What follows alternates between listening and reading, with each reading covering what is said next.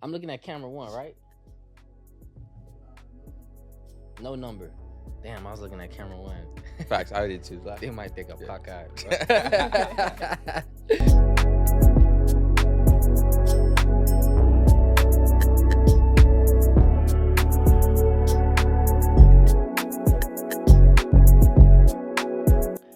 Welcome to another episode of the InnerChild Podcast, where we talk about childhood growth and passions. My name is OD, as JB right here. Today, we obviously sitting down with another guest. I'll let her go ahead and introduce herself. What's up, y'all? My name is Tatiyana Smallwood, and I'm an associate producer at ESPN. And thanks for having me. Yeah, no, for sure. Tati, thank you for coming through. You know, one thing I got to say is, like, Tati, I appreciate you. Because I remember I saw you hop on the pod. And I was like, yo, is this your pod? And then you was like, nah, I just hopped on one. And that's when I told you about the fact that me and JB was going to do a pod. You said that, hey, look, when you ready, give me the call. And you are a woman of your word. Facts. You know what I'm saying? So I really want to appreciate you. You know what I'm saying? Say thank you for coming through, rocking with us. You know, like I said, it's a passion project for me and JB. We love talking about the inner child. We just love talking, period, if you want me to be honest with you. So kind of have an opportunity to just, you know, like I told you before, share stories with people. And just, you know, talk about that essence of growth, you know, and passion and stuff like that. It's really important for us. You know what I'm saying? When was the last time I seen you? It's been a hot minute. It's been a long time. I ain't seen you since like 40, right? Yeah, that was probably the last time. That's when we had to go New York, outside. go. We was outside. Yeah, no, for sure. Like the first time I met Tati was at the HBCU spring coming, right? Yeah. Through Nyasha and stuff like that. Yeah. It's then through following on Instagram, I kind of saw that, like, you know, you be doing your thing over there at ESPN. Likewise. You know what I'm Fashion saying? killer. So, hey, look, I told you I was nervous. I was like, what am I going to wear today? He do it every day. I love I seeing what he's doing. She got on brown leather. She good. She good to go, man. But not for sure. Like, I want to get into it, right? Hometown, you know, did a little digging, did a little research. You know, right. I got to do what I got to, you know, to my due diligence, you know, I got to do what I'm doing, you know. But nah, like you from Long Island, right? Yeah, Brentwood. For sure, Shout out to B-Wood. Yeah, talk about that, man. How's it growing up in Long Island? I know a lot of people don't really be talking about, you know, Long Island when they talk about New York, but yeah, they be trying to not claim us. I don't like that. People be sizing me, and I'm like, I feel like normally when people size me for being from Long Island, I'm like, okay, Brentwood, and I'm like, have you been to Brentwood? And they're like, nah, I don't know about Brentwood. Okay. So Brentwood is in Suffolk County. And, you know, it's one of those schools where it's like growing up, I played sports. Okay. So what sports did you play? I played volleyball, softball, ran track, played a little basketball. Like I pretty much did everything. Everything. You know, a little athletic or whatever. But growing up in Brentwood, it was like you would travel to different schools and you would start to notice a difference between your school and other schools and your equipment for your team versus other teams. And you're like, wait a minute, am I in the hood? But you know, living in Long Island, it's just like, you know, it's a different type of demographic. So, but Brentwood itself is predominantly Hispanic. Like a lot of my best friends growing up were like Puerto Rican girls, El Salvadorian girls, and then you have a large population of Black people. And to be honest, I would say like when it came to like my middle school, we didn't have too many white people at our school besides like the teachers. Okay. So it was a really different dynamic, like being in one of those areas in Long Island that wasn't predominantly white because you go to all these different other areas traveling for sports and you're really noticing the difference as a kid. Yeah. So, and then like my family's from Brooklyn, so a lot of the times I would travel on the weekends to go to Brooklyn and be with my family. So a lot of times people ask me, they're like, yeah, where are you from? I'm like, I'm from Brentwood, but my family's from Brooklyn. So that kind of gives me a little bit of street cred. No, I feel that. You know, I'm from Miami. And, you know, since I have family that's from New York, Brooklyn to be exact, every time I used to come here for the summer, I used to come back like fake New York, you know what I'm saying? Used to hit everybody up with the, yo, son, what's going on? Like, that's mad crazy, yo. Like, you know, I just be talking crazy. They be like, bro, where you picking up this lingo? I said, bro, you don't know, like, I got New York roots and stuff like that. So, shout out to New York. But obviously sports girly, right? Where was that influence in sports? Where did it come from? You know what I'm saying? You played a whole lot of sports, way more sports than I did. You played that much sports, JB? Yeah, I did. I played baseball. That was my main sport growing up, was baseball. Then when I got to high school, that's when I started playing. Well, yeah, I played soccer and football. So I did 3 sports growing up. Okay, yeah, I was at 3, but she's clearly at 12. Like 12, yeah. What sports did you play growing up? I played basketball, football, and I ran track, but it was mostly just basketball. I was a little hooper boy, you know what I'm saying? Okay, I could not hoop. I'm not gonna lie. I'm not even gonna sit here and try and cap. Like, basketball was my jam. Like, I played 1 season. Like, I was phenomenal in tryouts. And then I made the team. My homegirl didn't. I tried out for her. I was like, oh, I'll come there and support you. I made the team. She didn't. I was like, well, I guess I got to stick with it. Damn. So I really wasn't even like in it really for the game. I was just in it for support, and it ended up being something that I was decent at. And then when the season came around, I was like, I'm not as good as I thought I was. So, but the sports influence itself, it kind of came out of nowhere. Like, growing up, like, my dad, I kind of felt like I influenced him to get into sports, like, a lot. Yeah, it's kind of opposite. Like, I have an older brother, but we never grew up together. He lived in Atlanta. So I didn't have like a direct male influence that was like, hey, let's watch this game. Or I come home and my grandpa has on the TV and he has on Yankee games. Like, it wasn't like that. I literally just had, I had a 6th grade teacher who was a big Yankees fan. And she literally was like, for homework, I want y'all to go home and watch a Yankees game. And I was like, all right, bet. Yeah. Easy for me. So went home, watched the game, and the Yankees were in the playoffs. And coincidentally, they were playing the Guardians, which then before were the Cleveland Indians. Okay. And it was like this huge playoff game, and they won. So let's knock on wood that same thing happens again. But yeah, I remember just seeing like, I think it was like at that time, Derek Jeter getting like poured with, getting poured with Gatorade after the game. And I was like, wow, like this environment is live. Like, I want to see more of this. And then after that, I kept watching Yankee games and became like a huge Yankees fan. And then from there, it kind of just translated into like football, watching the Jets, watching the Giants. And from there, I was pretty much sold.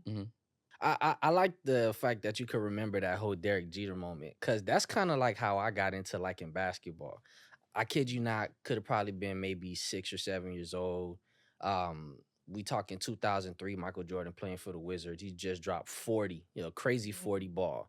And, I remember watching the game, but more so, I just remembered his face. Like, at the end of the game, post-game, he's being interviewed about his performance. And I don't know for what reason this guy's heaven sent. Because, like, I'm a young kid. I'm looking at this guy on TV, and I'm like, oh, my God, this man looks heaven sent. You know what I'm saying? Yeah. And then that instantly, like, transitioned me into, like, wanting to play basketball. Just off of looking at him talk. So that's your GOAT? Yeah, that's my guy, man. Heard you. Who's your GOAT? Bron. Oh. Where you at? Now I got to break the tie? Yeah. I'm not going to lie. Like, for the longest, for me, it was Bron. And then after I watched The Last Dance, I gained so much respect. I gained so much respect for Jordan because I wasn't, we weren't alive. Well, I was literally a jit. So it was like, facts. Growing up, I didn't really get to see that. Yeah, I was going to say, like, okay, time out. I do want to go back to that because, like, do you be throwing in, like, bruh and, like, jit and people look at you crazy? I throw Jit everything like at this point. But nah, I still stay kid, jit, bruh. Yeah. Even, like, the word nigga, I don't say it like a normal New Yorker would say it. You know what I'm saying? So, I mean... No, that actually just surprised me, though, when she said jit. Okay. But yeah, so The Last Dance, like, I gained a lot of respect for Mike.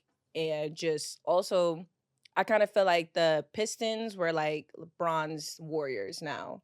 Would you guys say that? I would agree. I would agree with that. I would agree with that. Yeah. So, but I will say to that point, and we're like completely like not even but off topic. But anyways, I will say to that point though, but the Warriors continue to add while Bron was playing against the Warriors compared to the Pistons were already established. Yeah. So you already had Draymond, Clay, Steph, I guess Iguodala, which was still in his Iguodala's prime, and you add Kevin Durant. Right. Let's say that the Pistons add, I don't know who's around it, Charles Barkley during that time. now what are we talking about? So I say it's a different conversation, but okay. That's dope. I like that. So you mentioned a point though about elementary school teacher, Yankees game. Did that one experience alone, when you started watching baseball and you started to get in sports overall, did that literally catapult your love and passion for sports off of that kind of one interaction with that teacher and to where you're at now? It definitely sparked the interest. Okay. And then I think playing softball, because I was in 6th grade when that happened, and then I started playing softball, I want to say around 5th grade. So it was like the year before that I had already started getting into softball. Okay. And playing softball for me, and then also watching baseball, like they just went hand in hand. Right. So for me, I kind of just like started to really like develop a love for the game. Like I was a very obsessive child when it came to the Yankees. Like I was in 7th grade, and you know how we had like binders, and you could like have that first custom page. You could have the custom page. Yeah. I literally had the Yankee schedule. Wow. That is I kid you not. I kid you That's not. dedication. The Yankee schedule was literally 182 like, games. I was in 7th grade, and I was like, I just need to know what time, because I became super obsessed with it. And plus, like, I just wanted to be a better softball player. So I felt like watching Derek Jeter, watching A-Rod, watching Jorge Cano. Posada, and Robinson Cano. Oh my God, that was my guy. Watching them made me want to become a better softball player too. I like that. That's what's up. That's what's up. So, I mean, you did school, right? Your elementary and middle school here, in New York, and then obviously you transitioned over to Florida, right? You moved when you were, I want to say, what, for high school? Yeah, for high school, right? Yeah. What area in Florida did you move to, and what was that like? What was that transition like, going from, like, obviously you over here up north, you go straight down south? So the transition to Florida happened because my mom and my dad got divorced. So I grew up with divorced parents. They got divorced when I was 6. And my mom moved from Long Island to Tampa. So from the age of 6 to 14, while my mom was living in Tampa, I would come to Florida like every holiday, every summer, obviously every Mother's Day. So like Tampa also became like my second home. Okay. So and then when I finally was like old enough, and I was like, you know what, like I do want to go to school in Florida before I have the opportunity to go to college. So I left New York and I moved to Tampa with my mom. And we moved to a North Tampa area called Wesley Chapel, and that's where I started going to school there. So Tampa is also like my second home. Did you make that decision to go with your mom for high school on your own, or just okay? Wow, I feel like that's a big yeah. It's really big to like, especially at that age. You're 14, so all of your friends is like your life. Yeah, like your social circle is what means the most to you. And especially, I was still playing sports then, so to have to really have the balls to like be like, I'm dropping everything to go live with my mom and start a new life. Like that was a big decision to make at 14. And honestly, like I wouldn't regret it, and I would do it again. And that's great to hear. So how was like, okay, you get to Tampa or Wesley Chapel, 14. How is it like meeting new friends? How is it Southern culture? Like, how is all that different? Like how does what's that like what's the dynamic for you? Yeah. Well, I don't know if y'all know this, but pretty much every New Yorker, when they're tired of New York, they move to Florida. They move to Florida. Yeah. Like that's where they like to retire. So I had dumbass came over here. Right?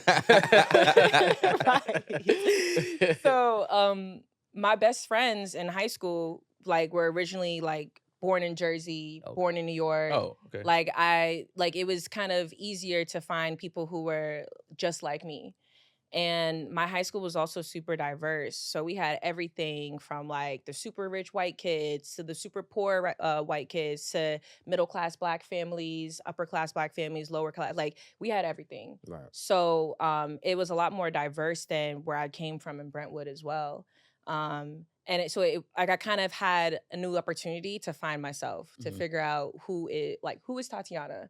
And I felt like living in Florida really helped me figure that out. Transition. So I mean, obviously you said your parents, they divorced when you were 6.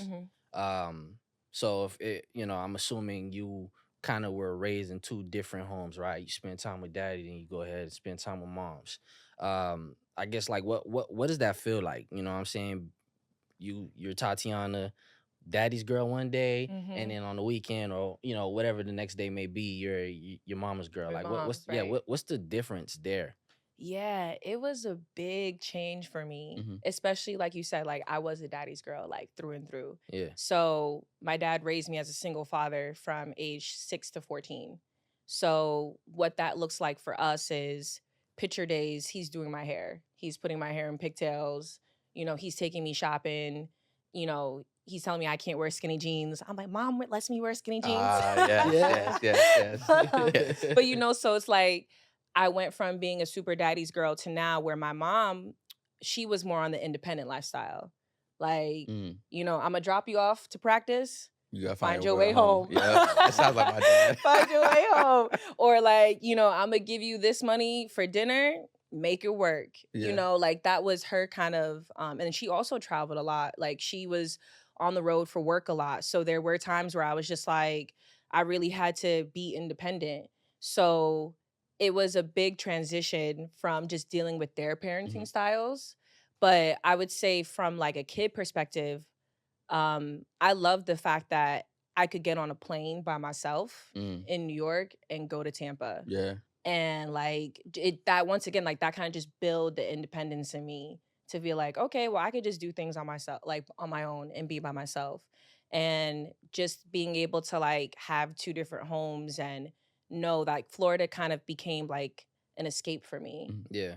So it was different, but I enjoyed just the flexibility of it. Do you think that you moving to Tampa came at the right time to where, your daddy's girl from 6 to 14, and then now you're in late middle school, early high school, I think at 14, to where your mom is kind of more independent. She's making you be more independent. Did that come at the right time for you? And like, how was that for you? Yeah, I feel like high school are very crucial years as far as like, are you going to sink in this world or are you going to swim? And having a mother who wanted me to be independent, looking at her being independent as well, because like my mom never remarried. So when it comes to looking at like women that I look up to that have it all together, I mean, granted, no one's perfect, but like looking at my mom and seeing her, have a nice, beautiful house in Tampa and she's traveling for work and she's doing all these things and she's doing it by herself. That to me was really important to see as a 14-year-old to 17-year-old woman. And a lot of the issues that I went through in high school, I don't know how I would have been able to handle them if I was with my dad versus when I was with my mom. Like she was able to definitely walk me through a lot of the issues that you really like at that age, you need a mom in your life as a young woman for sure. Yeah, you said that coming to Tampa was an escape for you. I don't know if I missed where you were explaining why, but could you try to touch base on that a little bit more? Yeah, I mean, palm trees, pools, like better weather. So the good life. Like so the good life, beaches. You feel me? Like it's snowing over here. I'm wearing North Face and Uggs, and I'm like, let me break all this off and go to Tampa. Like, I feel that was like that part of it, just on a surface level, was an escape. But then obviously, like as I got older, started going through different problems. Tampa now, even to this day. Living up north again, whenever I feel myself starting to not feel like myself, I'm on a flight to Tampa. Yeah. Because I just know I need that recharge. And that's funny you say that because I feel the same way. So I'm from Jacksonville. And so if I'm in the city too long and it's just like, I can't do this right now, I'll go back to Florida because it's just like, I mean, that's my upbringing. That's where I'm from. That's my roots. Yeah. And I always get that. Yeah. Okay. She's tapped in. She is tapped in for sure. So I always just go back to Duval, like to get that recharge, if you will, and then come back to New York to carry on. So.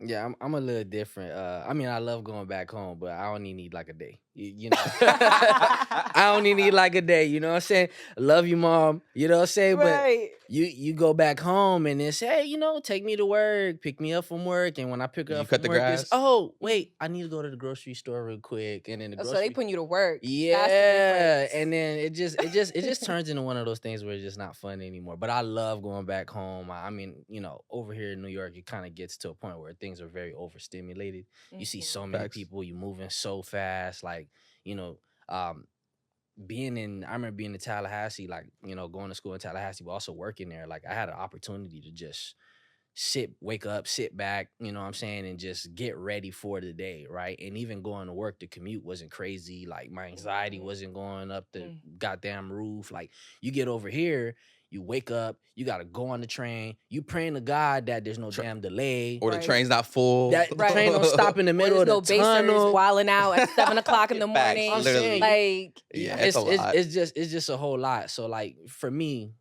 going to Miami or going back down to South Florida just always gives me just that opportunity to just breathe fresh, good, healthy air. But I don't need it for too long because I actually do like New York a lot. No, don't get me wrong. I like New York too. It's just, same. You know, at times, like she said, like this morning, I'm coming on the train after the gym. I'm thinking it's gonna be empty train, full packed train after a long workout. Like, that's just annoying. You know what I'm saying? Yeah. As to where, you know, we're used to hopping in a car and we could drive into where we need, like, you know what I'm saying? So it's just different lifestyle. And yeah, I mean, same thing. Like, we're supposed to be here by what, like 10 on the dot. Left the house at like 9:15. Normally it take me 30 minutes. I look on my goddamn GPS, it's 45 minutes. And I'm like, come on, bro. Right. Like, it changes quickly. Yeah, like, I didn't plan for this. Like, and I thought I planned well. You know what I'm saying? So, like, I don't know. New York's great, but you definitely need that reset going back home. So I like that a lot, man. But now I wanted to switch gears a little bit, talk about sports, girly Tati. You know what I'm saying? Especially professional sports, girly, black woman working Tati, right? talk about it. Black women in sports. Yeah, I mean, look, you got, I think, one of the coolest jobs. I'm a journalism major. So, you know, the producing, the reporting, being on air, so on and so forth. I used to do a lot of that in college, and a little bit post grad as well. But, you know, you work at ESPN. You know what I'm saying? We see guys like Stephen A. We Molly, Shannon, right? I just got Cam, Mad Dog, RC, like the whole gang, right? The whole gang. What's that experience like, man? Getting into that space, like, how did that happen? Yeah. Wow. I can't believe literally January will be 5 years for me. Oh shit! Oh wow. I know. Very dope. I know. Like, even Congrats too. Thank you. But even as a millennial, I'm like, do we even stay at jobs for 5 years? Yeah. Like, yeah, that's I tough. feel like a lot of us just like we keep on the go. So just being anywhere in a professional setting for 5 years, I feel like is an accomplishment, no matter if it's ESPN or your local news station. But getting into ESPN, I was working at UCF in college athletics. So I was working with their football team, but I was doing corporate partnerships. So a lot of Excel spreads. Like, now I probably would be handling a lot of NIL stuff, because back then, like, our job was basically just to get the teams paid. Like, how do we get more money on the books so that way we can give the student athletes a better experience and the fans a better experience, right? I loved it as far as like the game day aspect of it and just like being on the field and preparing for that. But I hated the day-to-day where it was like, I'm just in the office, like on Excel spreadsheets, making contracts. I was like, this is boring. Like, I can't do this no more. And shout out to NABJ. Shout out to NABJ.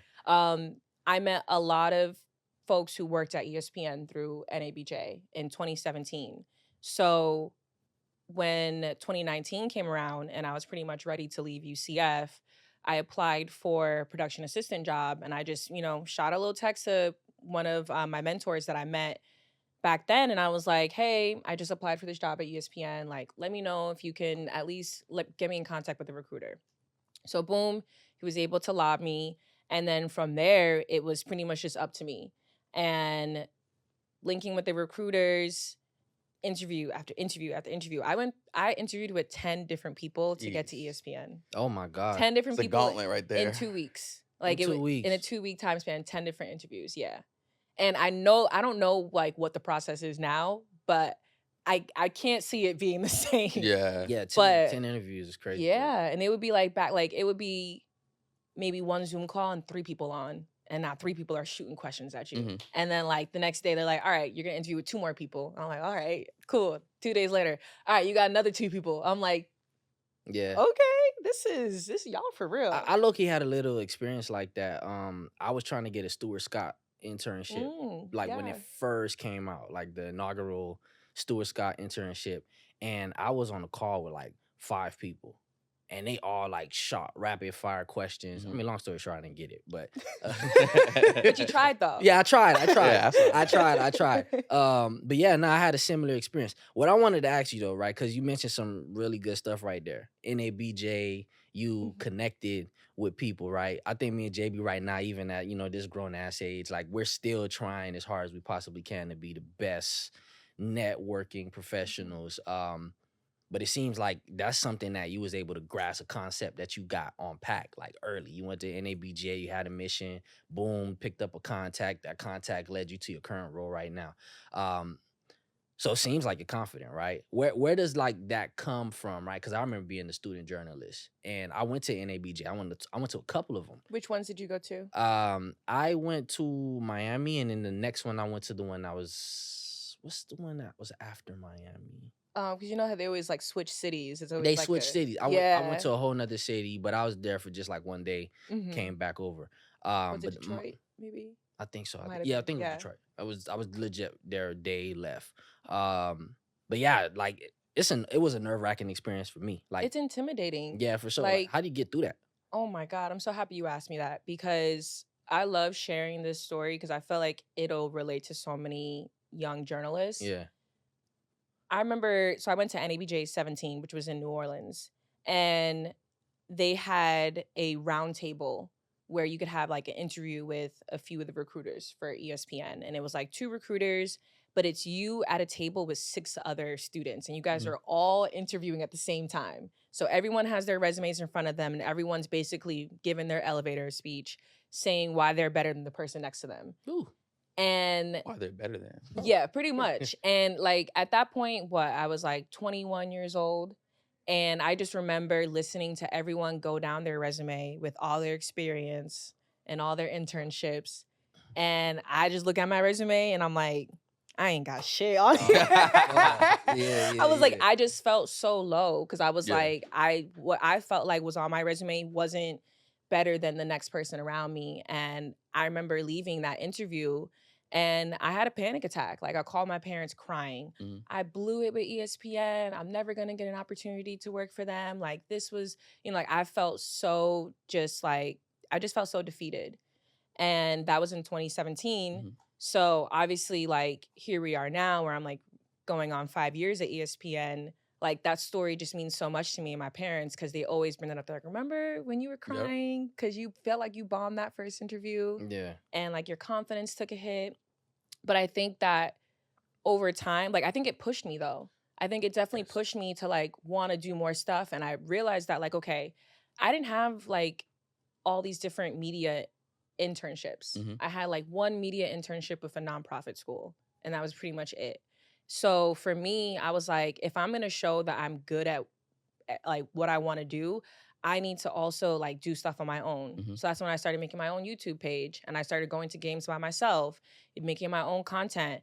And I was like, if I can't get like a local news internship, I'm gonna make my own local news and that'll speak for itself. So I felt like just doing that and like having the confidence to be like, all right, I gotta do this. I gotta do this for me. And by the way, I know I can do it. So I think experiences, what you just mentioned of like in interviewing 17 with ESPN are needed. In the moment, it may really suck, but as you're looking back and reflecting now, present day, 5 years with ESPN, like look at everything that you did from when you initially, interviewed with them to now, and just the growth that happened in between. I'll share a story from it was after like my freshman summer of college. I came up to here to New York to interview for an investment banking internship with Bank of America. And I'm thinking like I did some exploratory programs. Like I kind of always was like in the network. So I thought I was good.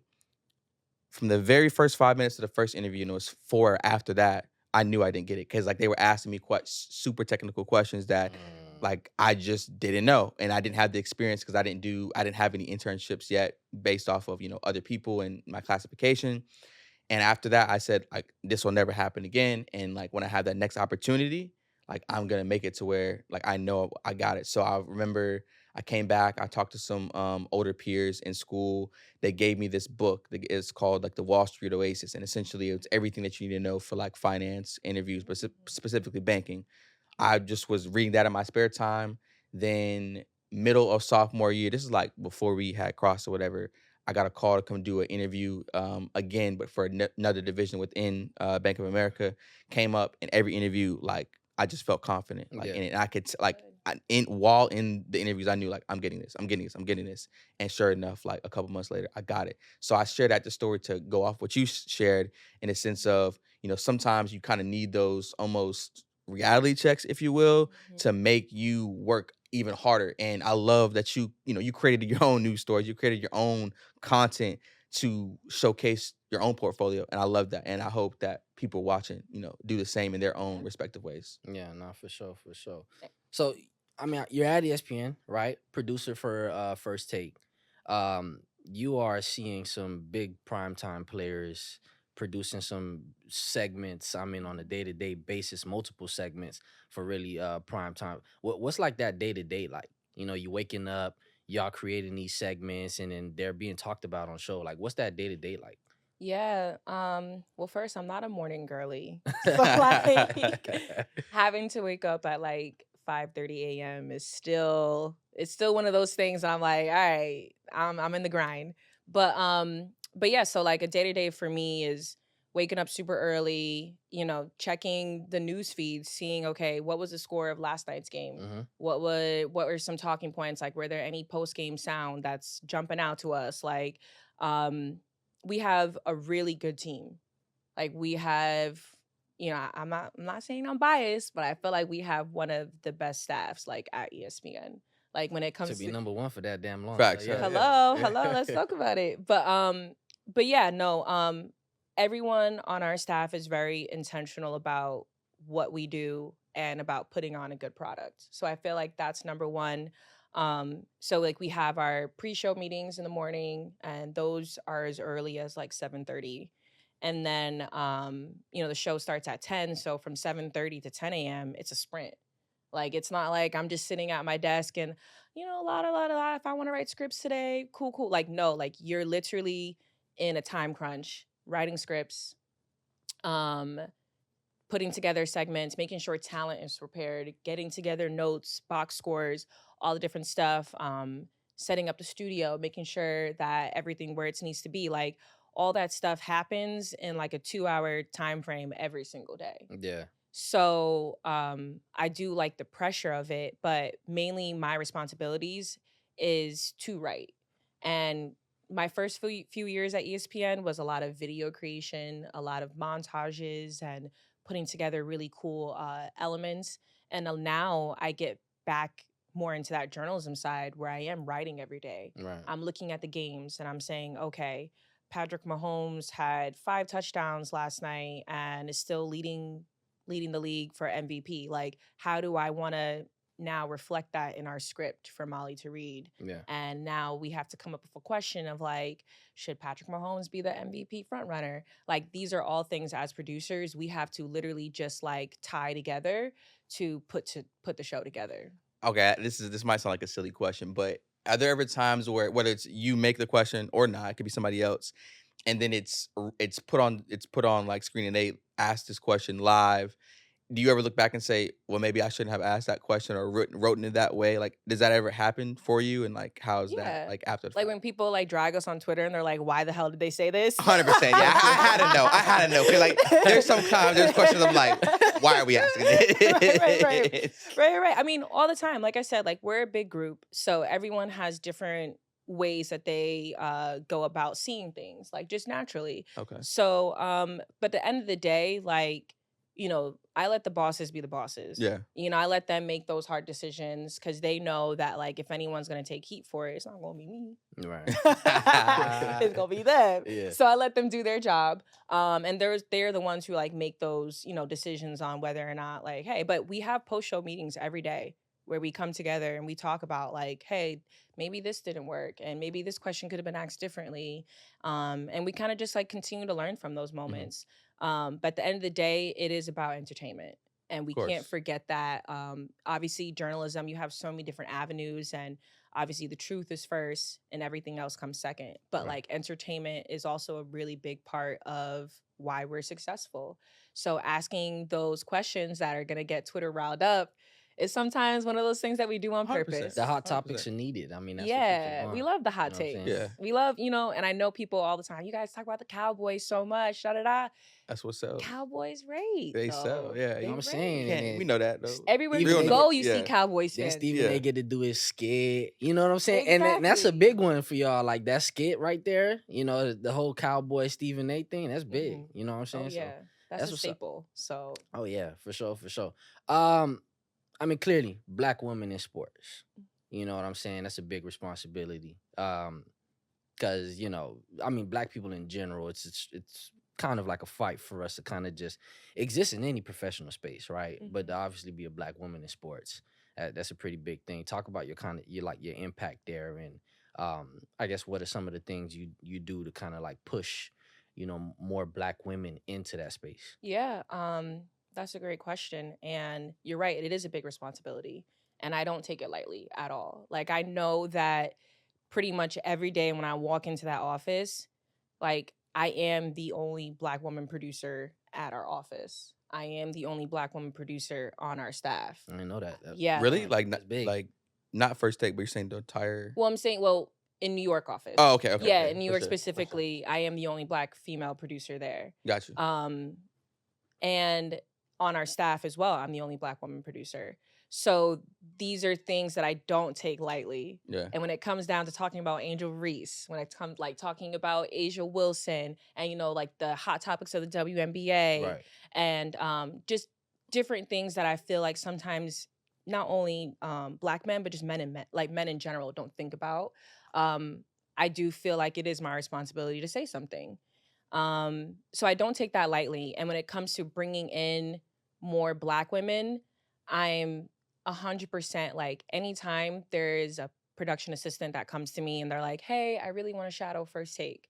Absolutely, girl. Let's get your manager in contact with me.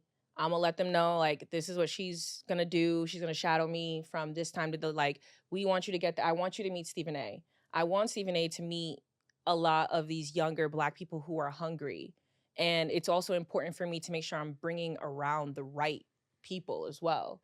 Like, I don't want anyone to think that, like, oh, just because I know Tatiyana, I can go on First Take and, shadow and do this and and meet Stephen A. Like, nah, I want people who are dedicated, who are for real about this business to come shadow me and to come learn from me.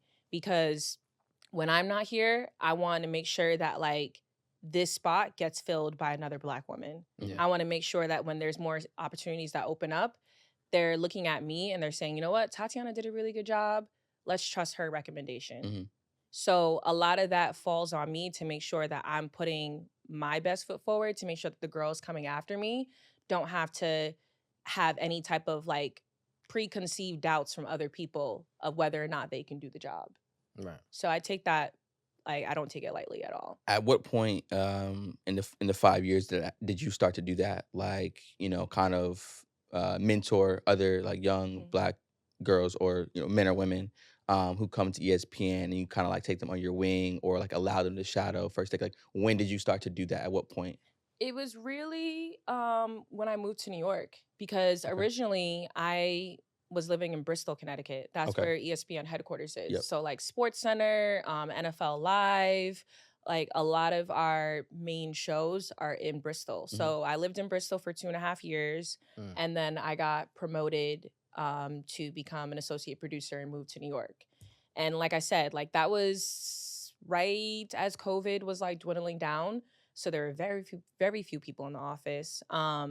But that kind of, once I made that transition and I got to a position where like people were super interested in coming. And honestly, I don't know how many like younger journalists have been able to come shadow First Take before I got there, but I definitely will say like I've had at least a good 20 different kids like come shadow me within the last 2 years. Big. That's major. And you know, there's some, they range from high school students, and it could be a high school student that like one of our former players know. Like one of our former players that's an analyst, they're like, hey, you know, I got this family friend. She's in NYU. Can she come shadow you? Absolutely. Come bring her on. They know to come to me. Or whether it's another person who still works for ESPN, or maybe if it's someone else who doesn't even work in sports and they're just like, look, I'm really passionate about getting in journalism. Can I come shadow you? I'm always like, more times than not, I'm going to say yes. That's amazing. That's awesome. For sure. I wanted to ask you, so tough days at work, right? Seem like you do a kick-ass job, you know? I try. Right? But, you know, fortunately, you know, God didn't make us all perfect. There's tough days that exist, right? You know, like what's a tough day look like to you, and how you been able to reset from those tough days, walking into the next day, ready to be the Tatiyana that's kicking ass again? Yeah, tough days at work. I feel like that's really subjective, because a tough day for me may not be a tough day for everyone else. Okay. Right? Well, one, like the commute to work is already tough. Like let's just like, I gotta take 2 trains and walk like 20 minutes to get to work every single day. Early in the morning too. Early in the morning, like I'm waking up, like you said, getting on the train. You don't know what's gonna be on the train. You never know. Like I could be dealing with a baser who wants to preach about how God is coming next week, you know? Right. Or you got the guy who has his boombox and he's, you know, playing Jadakiss at 7:00 in the morning. So I'm already kind of like, I kind of walk into work, I'm already on edge. Yeah. No, but I think a tough day for me, like, honestly, the post-show meetings, like, that's where we can kind of like talk about, okay, what was so rough about this day as a producer? How can we get better as a group? What can I do to be better? You know, how can I help the group be better, the show be better? Once you have those kind of conversations, you just leave it at the door. Like we're making new TV every single day. Like 280 days out of the year, we are making TV. So guess what? You have a rough day, you have a mistake that happens on air, you move on. Like I remember I was segment producing for JJ Watt, who was a guest on our show for that day. And I made a mistake when it came to do my research. I said, you know, that he was a regular on the Pat McAfee show, and that wasn't true. He was just making a one-time guest appearance. Yeah. And at that time, like, I remember, like, you know, Molly, she asked the question, and he's like, oh, no, like, that's not true. And, like, that is one of those moments that you're like, oh, like, how did we all miss that, you know? And I felt bad because you make your talent look bad. Like, you put them in a bad spot. As a producer, you never want to do that to your talent. So I took that really hard. And I remember, like, going into the post-show meeting, I'm like, I'm sorry, guys. Like, I got to be better. And everyone was like, Tatiyana, you're good. We all make mistakes. Come back at it tomorrow. We'll be better.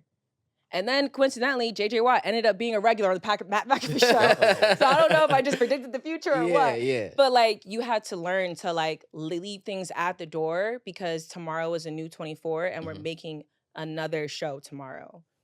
How much of that are you taking into your personal life?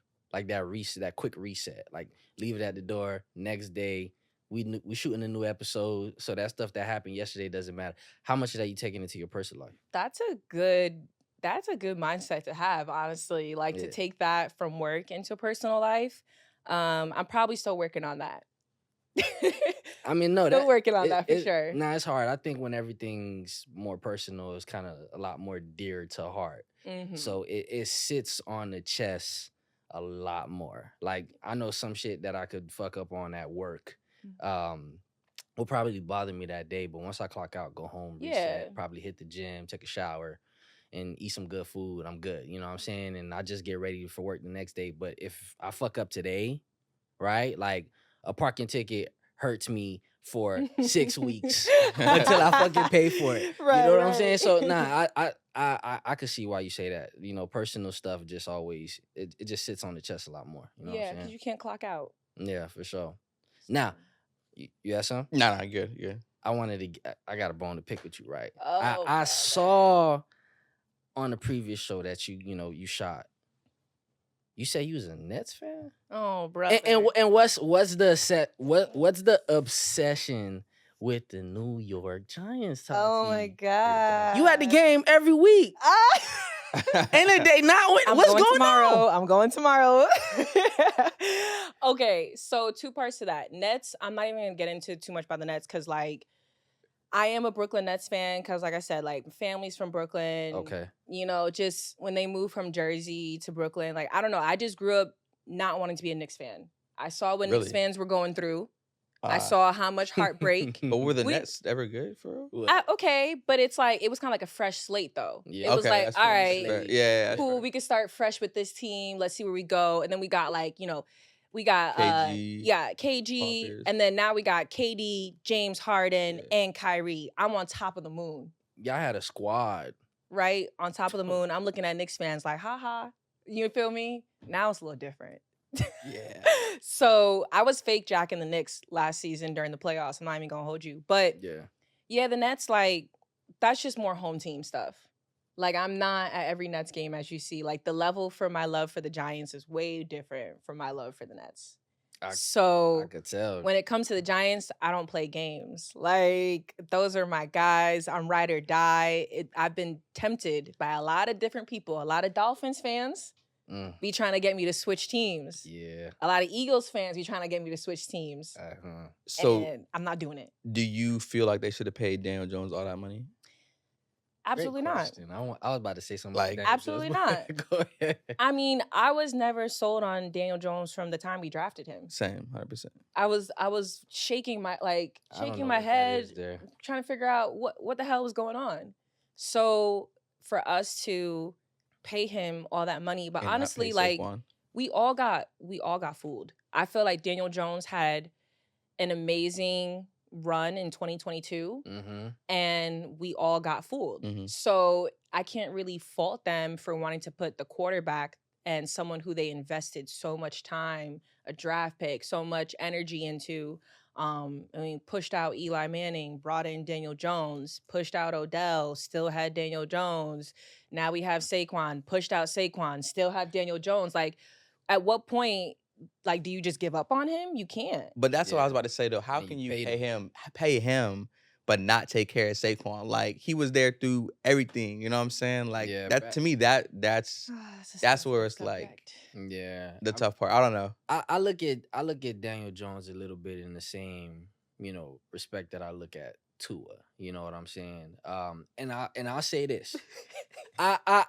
This is why I say this. I think Tua has really great spurts where he shows that he can be a really good quarterback. When the offense looks good, when they're not playing tough teams, Miami Dolphins looks amazing. I think the Giants actually run a pretty good offense. I just don't really like the reads Daniel Jones makes.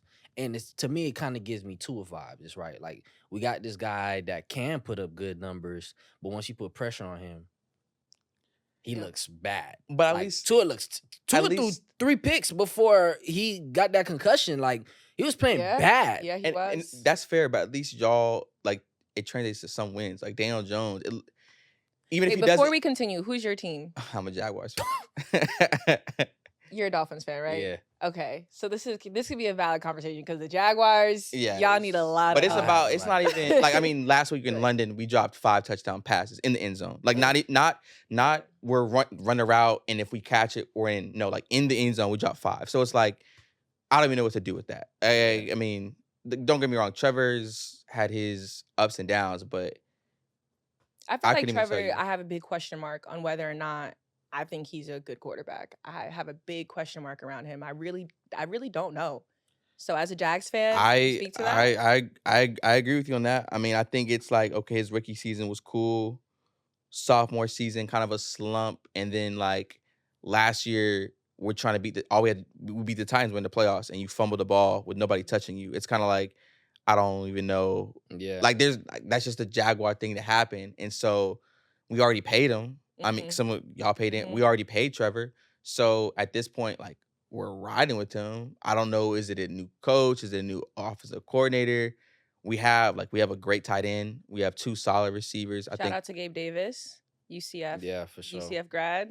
He was one of the 5 drop touchdowns last week. Not too much on him. He was the one who dropped. But that aside, dog, though. No, he's good. He's solid. So it's like, I don't know. I think he went from being like, I'd say last couple years, I'd say he's like top 15 to like now he's on the bottom half of the top 15. Personally, like, I mean, so no, I can agree with that. It's tough.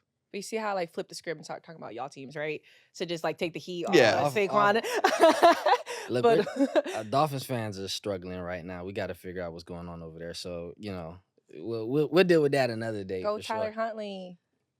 That's my dog. I like him, but I'm trolling. But we'll see. But real quick, back to the Saquon thing though. Like from a GM perspective, I totally understand. Like paying the running back has never been historically worked out for GMs and for teams, especially like they pulled out the stats. Once you get to 27, you see the drop-offs. You see Todd Gurley. You see the drop-offs. You feel me? Yeah. So it's like I can understand as a GM for you to say, if we get Josh Jacobs or we get Devin Singletary, they could possibly put up the same numbers on paper that Saquon can. But the thing about Saquon was for me is that regardless of what he does on paper, he's the heart of the team. Exactly. Yeah. So it's like you're taking away the heart of the team. You're also showing the players in the locker room around him that if we're willing to get rid of Saquon, you are also disposable. And you're kind of putting Daniel on a pedestal that's like, he is the most important thing. Everything else comes second to him. And I think for the Giants too, like I think y'all have a really solid defense. Like I think the front 7 is very solid. Like pretty good. Kayvon Thibodeau, Brian Burns, and then what's the Dexter Lawrence. I even like shout out to Z's Ojulari. Like y'all have a solid defense, and it's like they can only do so much if y'all can't score. Or like Daniel Jones hasn't literally scored a touchdown at MetLife Stadium in like 2 years. Oh wait. That's a crazy. Like, no, I'm being dead ass. He hasn't thrown a touchdown in MetLife Stadium since 2022. That's dirty. I did not know that. That's so dirty. I'm like, we're in hell. But tomorrow will be the first time against the Eagles. I'm hoping so. Saquon about to have 4 touchdowns. Relax. That is 300 yards. I'm not gonna lie. If that happens, I will leave the game early, and I might be in tears. I might. It's that deep. I'm gonna be tuned in for sure. I'm gonna be tuned in. I can't wait. So Nets, Giants, Yankees. Yes. Okay. Cool. Shout out to my Yankees. Yeah. To me, it's like they have to win this year, in my opinion. Like you can't trade for Soto and not produce, not win. And also Jazz. Like you can't trade for 2 like big time players and not win. On the contrary, I think the Dodgers, if y'all don't like have a good show in the World Series, like what are you doing? You're paying somebody basically $1 billion to be on your roster. I think it's different in baseball though, as far as the GMs and like the critique of them for not like winning. Like to me, the Dodgers should have like 8 World Series. By now. So yeah, I don't know. It's different. Do you guys think it would be more exciting to see Yankees Dodgers World Series or Mets Yankees? I think the Subway Series would be very tough. Personally, like I want that to happen first. Option 1. Yeah. Then I have Dodgers Yankees. You feel the same way? Yeah, for sure. Yeah. Because I got a bedazzled Yankees hat. Okay. I mean, you can still pull it out regardless. Yeah, no, for sure. But I know I think Subway Series just for the city itself, for the culture, for here, like it's going crazy. Like it's so up. Crazy work. But like Dodgers, like Ohtani, like AL MVP candidate. Aaron Judge, AL MVP candidate, them seeing them go back and forth. Yeah. That's going to feed generations. Facts. I mean, and also too, I was, on our last episode, I was telling our last guest, Andy, that what would make it even better is if Ohtani was pitching this season. Because it would be like, now he's pitching 2 in the World Series. That would be like another added element. But either one of those I'd be happy with. But Subway Series would be dope for sure. Yeah. For sure. Now, I wanted to shift a little bit into you, right? Because you were in New York as, a young girl. went to Tampa, did the whole UCF, came back. You've been here, I mean, Connecticut 2.5 years. Yeah. So you kind of been in New York now for almost 2.5 years now, right? What's been that transition like now being like grown up Tati? Grown up Tots in New York is I'm kind of falling in love again with the city that raised me. Like, you know how like it like, well, I don't know if you guys know really, but like New Yorkers, we have so much pride. Like a lot of people grew up in New York and never leave. And I feel like Miami people have the same kind of mindset where they feel like Miami's the best city in the world and I ain't never leaving, you know? So New Yorkers are the same way. So to come back here as an adult that can drive around to different cities and that can take the train to all these different places and kind of just have a lot more freedom. And now I'm in a professional space where I can really take advantage of the fact that New York is a place where I can thrive. Now it's just so different. And, you know, like my family's still here. So for me, it's nice to be able to have all this access and also bring my family with me too. Right. So it's like there have been times where if I get tickets to go to a game, like I bring my little brother because I have a little brother now. He's 5. I didn't have a little brother back when I was living in New York. So getting to take him under my wing and, you know, he's a big sports fan now. So kind of like showing him the way and, you know, taking my dad to Giants games, like that's something that when I was younger, I didn't have the money to do, nor could just do by myself. But now I have just a different like love for the city because of so many more things I can do. Yeah. How are you? So obviously as a child, Tampa was your escape, right? So what does an escape look like to you now in your current phase? Still going to Tampa. Still go to Tampa. Like, it's nothing to hop on that flight. I'll call my mom real quick and be like, Mom, I need to come home. And she opens the door with me with open arms every time. But if I can't make my way to Tampa, I will say when I was living in Connecticut, I loved hiking. Like, especially during that COVID era, like it was nothing for me to wake up on a Saturday morning, get my little backpack together, put a little poetry book in there with some little bug spray. Right. And I would just go hike. And I would be out there for hours. And, you know, like my mom hated it because I would go by myself. But like for me, that was a way of resetting, recharging. Like I love just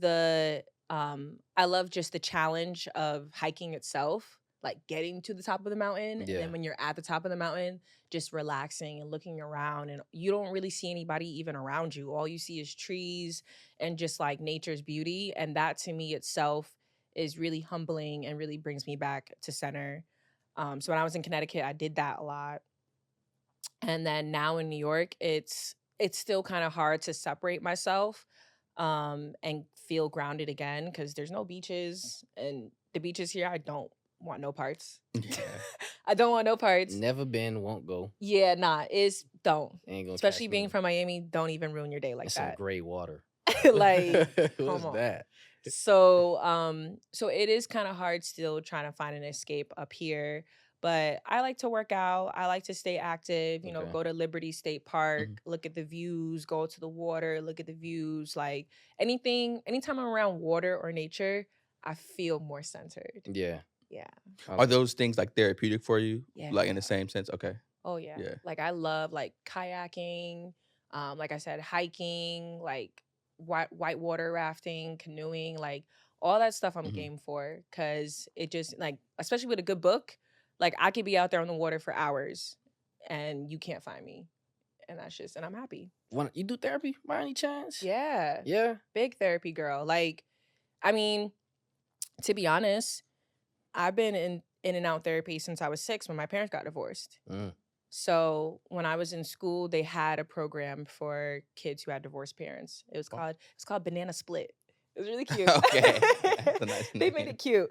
But shout out to your school for that. Bro. Yeah, that's that's big. Yeah. Facts. But you know, like growing up in the Black community, you know, that stuff is still taboo.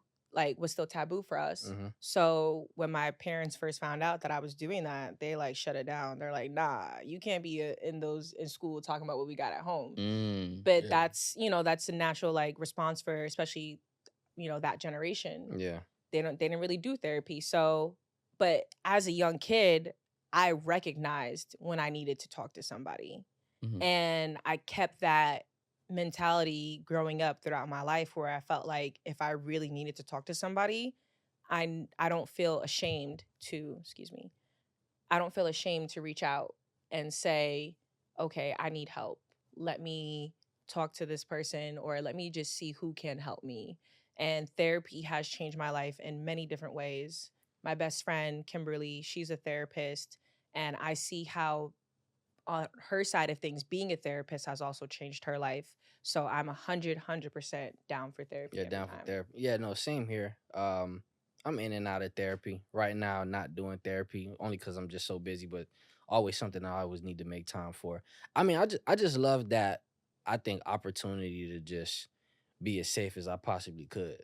Mm-hmm. You know what I'm saying? Especially like being black men. You hear the stigma like having to be so tough and having to walk up with your chest up, everywhere you go. Just, sometimes therapy for me just gives me an opportunity to just put my chest down a little bit and then just, talk down, bring the decibels down in my voice and really just get into like what I got going on in my head. You know what I'm saying? So I'm big on that. You do therapy?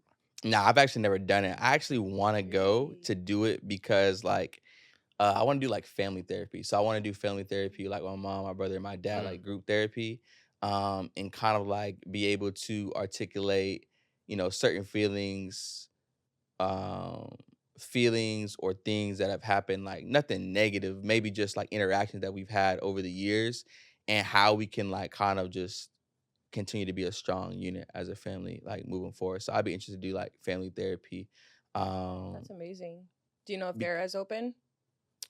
I know my brother is. I never talked to my parents about this, so that's what I need to do because I think one of the biggest things. So my mom had me, I guess, late. My mom had me like 35. My dad was 37 when they had me, and I'm the Same age as oldest. my parents, yeah. Okay, and so like there was many times, even now, like just a way of doing things about life. They're really old school and traditional, if you will. So that was something big, like later in high school, college, and like we started to clash about certain things. So I would love to kind of just sit down and kind of talk these things out in a manner of, to get a level of understanding. So I say for me, that's something that I want to do, and I need to do as well. So yeah. I never ever thought of doing family therapy.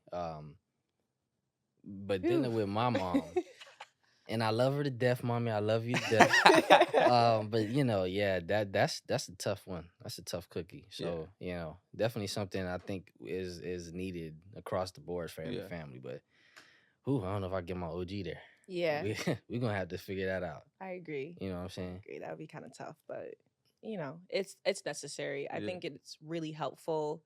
One, especially if you come from parents who don't really talk about things. I think that's one of those times where you might uncover a lot of things that have hurt the child or hurt the parent in the past that you guys were just never able to talk about. So, I mean, obviously, we're getting ready to wrap this up a little bit. Ooh, I'm hitting this mic. So we're getting ready to wrap this up a little bit. Obviously, I want to talk about your goals. You know what I'm saying? Both personal and professional. 5 years at ESPN. Another 5 years back up north, right? 2.5 in Connecticut, 2.5 here in the city. What is like the next 5 years look like for you in that personal / professional aspect? So I do like to take things very much day by day. I'm not the kind of person that's like, this is my 5-year plan. Because for me, I feel like every time I do that, God just laughs in my face.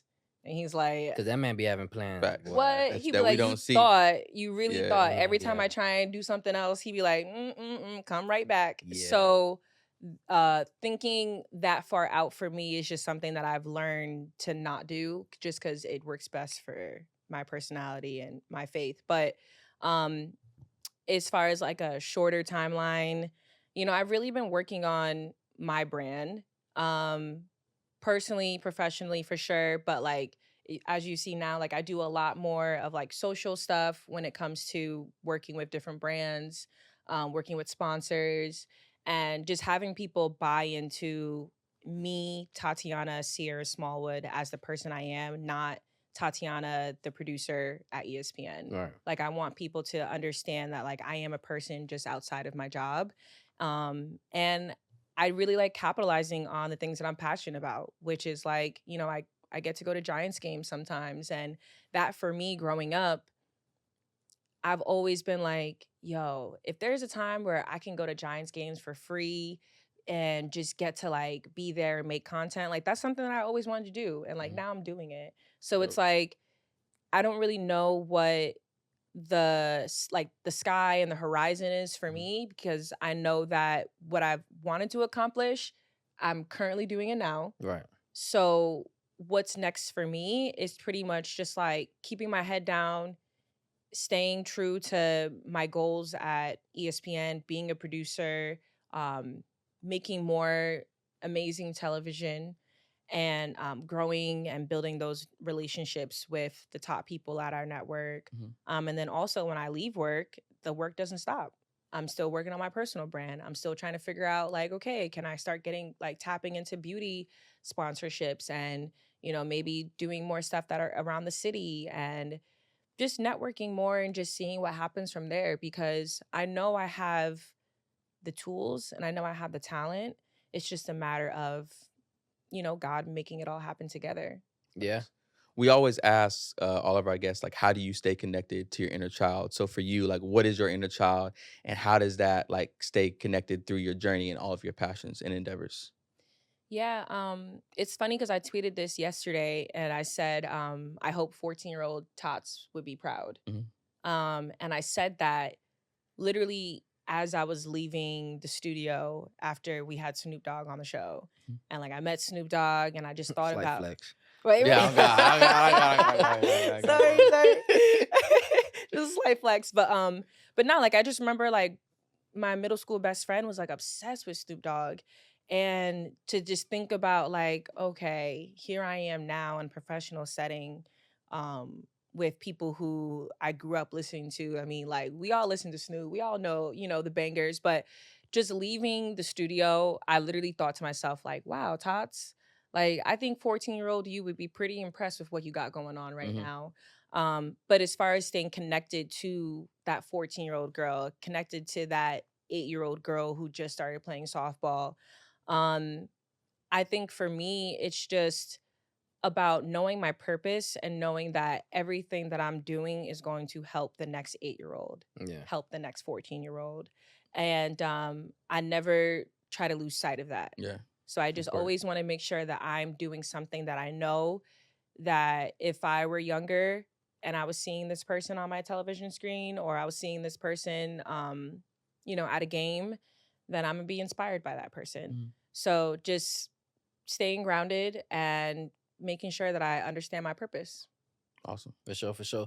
What's one bit of advice that you could hand over to any viewer out there, who for one has interest in, being a woman in sports, but also like, building that confidence and, tapping into that inner child to know that, they're enough to exist in that space? What's one bit of advice that you can hand over? Own the fact that you are one of one. Every single room I walk into, I believe I'm one of one. And it's not just because of the way I look, the fact that I'm a Black woman. It's how I carry myself. I carry myself as if, like, can't nobody do it like me. So You feel me? So I would say for every Black woman, every Black journalist, just every journalist, like white, Black, Hispanic, whatever, walk into that room, know that you're one of one. You don't have to be like the next person. Like I don't walk into a room and think I have to be like Stephen A. I know I can't be like Stephen A. Yeah. I just have to worry about being Tatiyana. And being Tatiyana is, I'm still going to shine by doing that. And I look at Angel Reese and I just applaud a lot of the things that she did while she was at LSU transitioning into the W, because there's so many girls who are afraid to be themselves. And I struggle with that a lot, being afraid to be myself because I didn't want anyone else to judge me or think that I wasn't good enough to be where I was. And I would get imposter syndrome. And I feel like when you build that confidence and you become unapologetic about who you are, those things start to kind of become less important. So yeah, so that's my advice. For sure. I appreciate it. Could you let everybody know what your social handles are? We'll put them on the screen, of course. Yeah. Okay, cool. So IG, TikTok, Twitter. Follow me, Tatiyana Sierra, and make sure you get the spelling right for them. Sierra. And got you. Trust me. And yeah, and feel free to follow me, reach out, and hopefully I can connect with you guys.